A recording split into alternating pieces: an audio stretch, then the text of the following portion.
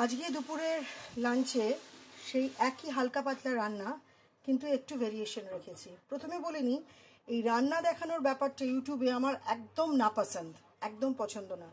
কিন্তু যখন cooking channel খুলেছি, ভাবলাম রান্না যখন দেখাতেই হয় তখন তার প্রপারলি দেখানোই ঠিক, এবং প্রপার ডায়েট এবং এক একটা সিজন অনুযায়ী রান্না, সিজনাল ফুড কি হয় সেটা দেখালে বোধহয় অনেকের উপকার হবে। সেই জন্য প্রথমেই বলবো যে গরমকালে যতটা পারবেন স্পাইসি খাবার বাদ দেবেন। নিজেরাও খাবেন না, ছোটদেরকেও দেবেন না, বা বয়স্কদেরকেও দেবেন না। আমার বাড়িতে একজন বয়স্ক মানুষ আছেন, তার কথাটা ভেবেই আমাকে রান্না করতে হয়, এবং তার সাথে আমরাও এগুলো খুব মেনে চলি। তো আজকে যে রান্নাটা করেছি পেঁপের তরকারি, পেঁপের তরকারিটাতে এমনি পেঁপে যেরকমভাবে খাই সেটা থেকে একটু ভেরিয়েশন করেছি। জিরে আর দারচিনি ফোড়ন দিয়েছি, আদা বাটাটা না দিয়ে আদার রসটা দিয়েছি। পেঁপেটা সেদ্ধ করে তুলে নিয়ে তারপর তার জলটা পেঁপেতে দিয়েছি, আর জিরে গুঁড়ো, ধনে গুঁড়ো যেটা বেসিক মশলা, হাফেরও হাফ টমেটো আর কাঁচা লঙ্কা। এটা আর নামাবার আগে খুব অল্প পরিমাণ ঘি, জাস্ট একটু খেতে ভালো লাগবে বলে।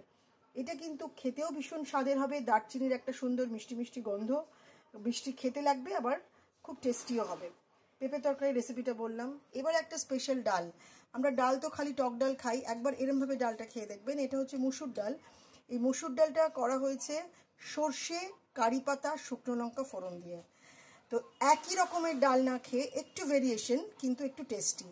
আর এখানে দিয়েছি, যেহেতু টক ডাল বলে, এখানে আমি দিয়েছি তেঁতুল, দুখানা বড় বড় তেঁতুলের এগুলো দিয়ে দিই। তার মানে কি, শরীরে আমার টকটাও যাচ্ছে এখন, যেটা ভীষণভাবে প্রয়োজন। তার সাথে কারি পাতা আর সর্ষে, শুকনো লঙ্কা ফোড়ন। আম ডালের থেকে ভেরিয়েশনটা একটু পাল্টালাম, একটু অন্যরকম হলো। এবারে পটল ভাজা।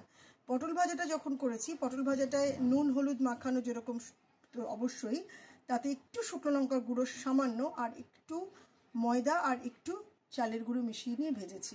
তাহলে কিছুই না, একটুখানি কুড়মুড়ে হয়, এই আর কি। চলে আসছি মাছের ঝোলে।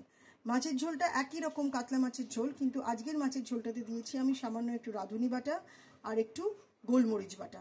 তা রাঁধুনি বাটা আর গোলমরিচ বাটা দিলে রান্নার স্বাদটা অবশ্যই করে একটুখানি অন্যরকম হয়, তারই চেষ্টা করেছি। তার মানে কি, রান্না একই, কিন্তু এই রান্নার যদি একটু ভেরিয়েশন করেন, স্পেশালি গরমকালটাতে কিছুই যখন খেতে ভালো লাগে না, কিছুই যখন করতে ইচ্ছা করে না, তখন এই রান্নাগুলোই স্বাস্থ্যকর, কিন্তু খুব তেল মশলাও না, আবার টেস্টিও লাগবে। ছোট বড় সকলের ভালো লাগবে। ভালো থাকবেন, সুস্থ থাকবেন, হালকা পাতলা রান্না খাবেন, রান্নায় ভেরিয়েশন আনবেন, আর চেষ্টা করবেন যতটা পরিমাণ এখন তেল মশলাযুক্ত খাবার না খাওয়ার।